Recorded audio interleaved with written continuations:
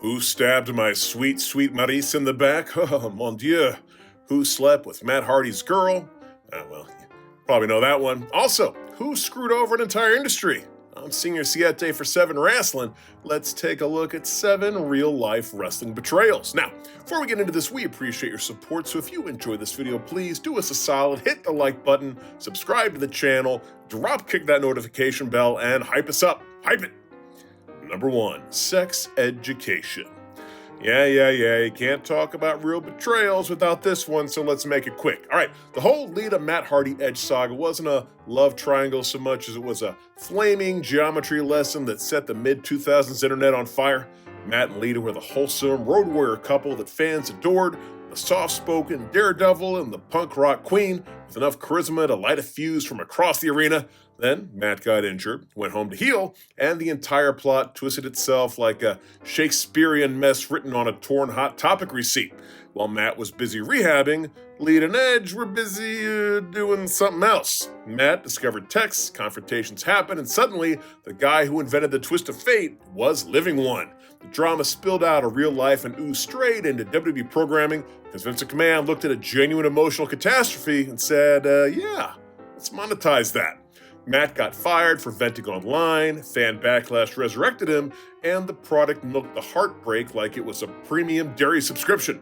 Lita was booed out of buildings, Edge became the most nuclear heel on cable, and Matt finally got a chance to shine without his brother.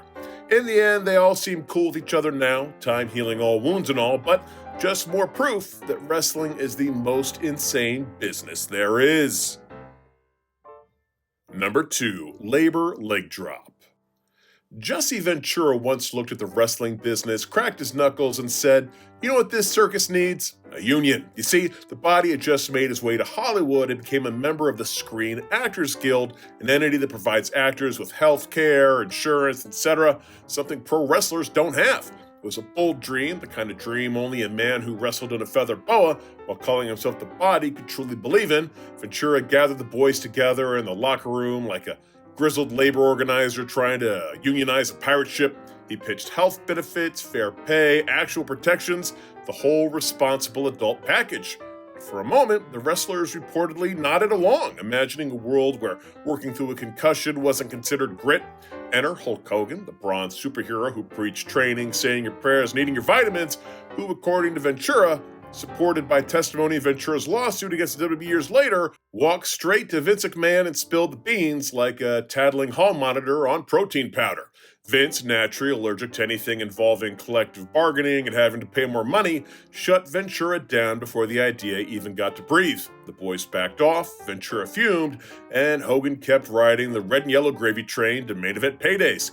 Years later, Ventura described Hogan as Vince's stooge, which is wrestling speech for the guy who sold you out faster than a merch stand selling foam fingers. So, Jesse tried to spark a revolution, but Hogan snuffed it out with one convenient backstage tattle. Betrayal delivered not with a chair shot, but with a whisper. The real leg drop was on labor solidarity. Fight for the rights of every man indeed. Number 3, radical departure. Back in late 1999, WCW's backstage situation was a mess. Chris Benoit, Dean Malenko, and Perry Saturn were burned out on creative limbo and formed a faction in WCW called the Revolution with Shane Douglas as their mouthpiece. Now, as creative plans switched and Bret Hart had to forfeit the WCW title due to a concussion he'd gotten from someone, I don't know, who was it? Maybe Bret should mention every now and then. Anyhow, Chris Benoit ended up with the world title, but Kevin Sullivan was in charge of creative. The same Kevin Sullivan who had his wife stolen by, you guessed it, Frank Stallone. Sorry, no. Stolen by Chris Benoit. Rather than stick around and be champ under Sullivan's regime, Benoit bailed, and his Revolution buddies and Eddie Guerrero went with him. Rumors started swirling that the whole gang might jump ship to WWF altogether. But when it came time to actually make the move, WWE brass said thanks, but no thanks about Shane Douglas. According to Perry Saturn's recollection, Vince McMahon explicitly did not want Shane in on the deal, just Benoit, Guerrero, Malenko, and Saturn. That left Douglas out in the cold while his Revolution buddies got greenlit for Stamford. So while the core four were negotiating, Douglas thought he was involved. They'd even made a pact to stick together and share any contract news, but when a call came from WWE, those negotiations happened without him. And he found out after the fact, and he did not find out from his buddies. Douglas later admitted his real gripe wasn't that they left. He knew that WWE wasn't very keen on him, but that they didn't have the decency to tell him directly. He felt let down by his own crew, like being the only one at band practice who wasn't invited to the big show. In the end, the Radicals made their splash in WWE without the franchise. Douglas was left telling the world that his once trusted allies had gone back on their word. Number 4, sooner or later. If there are two things good old JR loves, it is pro wrestling and Oklahoma football, so naturally, Dr. Death Steve Williams was his guy. When Dr. Death came to the WWE in the late 90s, Jim Ross went to bat for Steve Williams like a man hauling a stubborn bull up a muddy hill, insisting to WWE brass that Dr. Death was still the baddest man in Oklahoma and worth every penny of hype. Then the Shoot Brawl for All tournament happened and smashed that dream like a dropped brisket. One unlucky punch from Bart Gunn, and suddenly the aura was gone. The push evaporated, and JR's passionate sales pitch aged about as well as milk on a radiator. So what did Williams do next? Well, he packed his bags, marched straight to WCW, and walked into one of the pettiest twists of the Monday Night Wars. He was managed by Oklahoma, who was Ed Ferrara doing a Diet Cola parody of Jim Ross. It was a cheap shot caricature, complete with exaggerated accent, slobber knocker jokes, barbecue sauce references, and worst of all, an impression of the frozen expression that Ross wore due to his Bell's palsy. Yikes! Kind of humor that made even late 90s WCW fans glance at their remotes in embarrassment. And here's the sting, Williams didn't just tolerate it, he leaned in. JR was back in the WWE, still recovering from major health struggles and still publicly cheering for his friend. Steve was cutting promos next to a man pretending to be JR's cruel funhouse reflection. Felt like watching your buddy hop into a getaway car driven by someone doing a mocking impression of you through the window. Number 5, Saturday Night Heist. Ole Anderson, one of the most hated promoters of all time, got stiffed when his co-owners in Georgia Championship Wrestling quietly cut a deal with Vince McMahon and left him out in the cold. Ole wasn't just some hired cog. By the late 80s, he was booker and minority shareholder, about 10% of GCW, alongside the Briscoe brothers, that being Jack and Jerry, and Jim Barnett. He'd helped turn GCW into a powerhouse on Superstation TBS, where its Saturday night show was one of the first nationally broadcast wrestling programs. Fans tuned in for its athletic, straight-ahead style, not cartoon characters and silly gimmicks like you'd find in WWE. Then came 1984's fateful summer.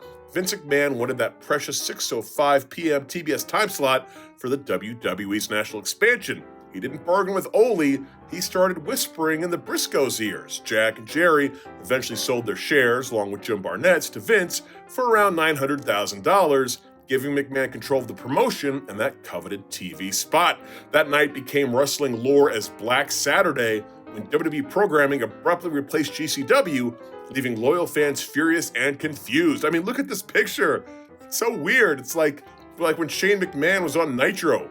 Ole refused to sell his portion. He didn't want the WWE's direction and wasn't about to be part of a hostile takeover, so he resigned in protest, tried to continue Georgia wrestling with Championship Wrestling from Georgia, even landing a lesser TBS time slot. But without the network prime time and the other shareholders backing, and with Crockett Promotions eventually scooping up the remnants, his version just couldn't last. The Briscoes walked away with cash and WWE jobs, while Ole was left to rebuild from scratch. Business moves are cutthroat, but this one had that extra stab in the back sheen.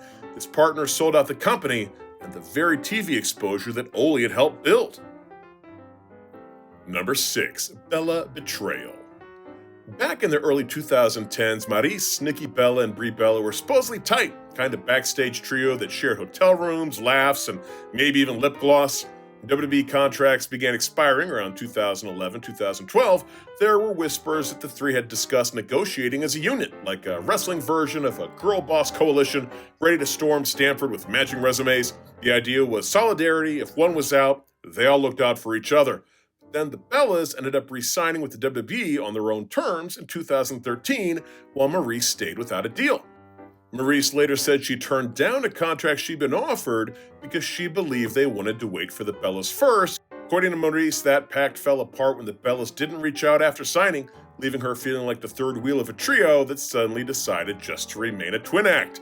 She said they didn't call or text for over 3 years, which in WWE time might as well be forever. Kelly and Maria Kanellis' names also come up in this general era of negotiations and alleged blocked opportunities, with some backstage rumors suggesting that the Bellas' growing influence may have helped edge certain women out of renewed WWE deals. However, seeing as Maria and Maurice both returned to the company, and Maurice even worked against Nikki at WrestleMania, it seems like it's all water under the bridge.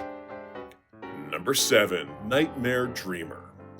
In the final days of ECW, Dreamer was the company's heart and unpaid accountant. He helped run shows, book talent, and literally put his own money and his parents' money on the line, trying to keep the promotion afloat. Meanwhile, Paul Heyman was allegedly quietly taking a WWE paycheck while publicly insisting Dreamer stay loyal to ECW and even convincing him to turn down a huge WCW deal worth hundreds of $1,000s, reportedly up to $750,000.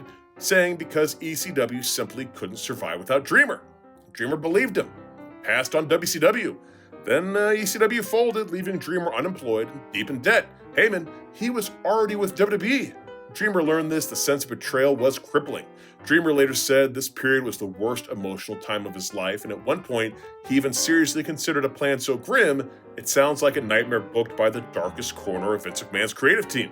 His plan was to go to WrestleMania 17, shoot Paul Heyman at the announce desk, then turn the weapon on himself. The thoughts were real enough that Dreamer admitted them publicly on his podcast years later. Fortunately, a random phone message from Jim Ross telling Dreamer that WWE still wanted to work with him snapped him out of his spiral, and he didn't go through with it. Well, there's our list. Can you think of any other real-life wrestling betrayals? If so, please leave them in the comments section below. Also, if you enjoyed this video, please hit the like button, subscribe to the channel, super kick that notification bell, and hype us up. Hype us up. But next time, I am Senior Siete for 7 Wrestling saying bye-bye.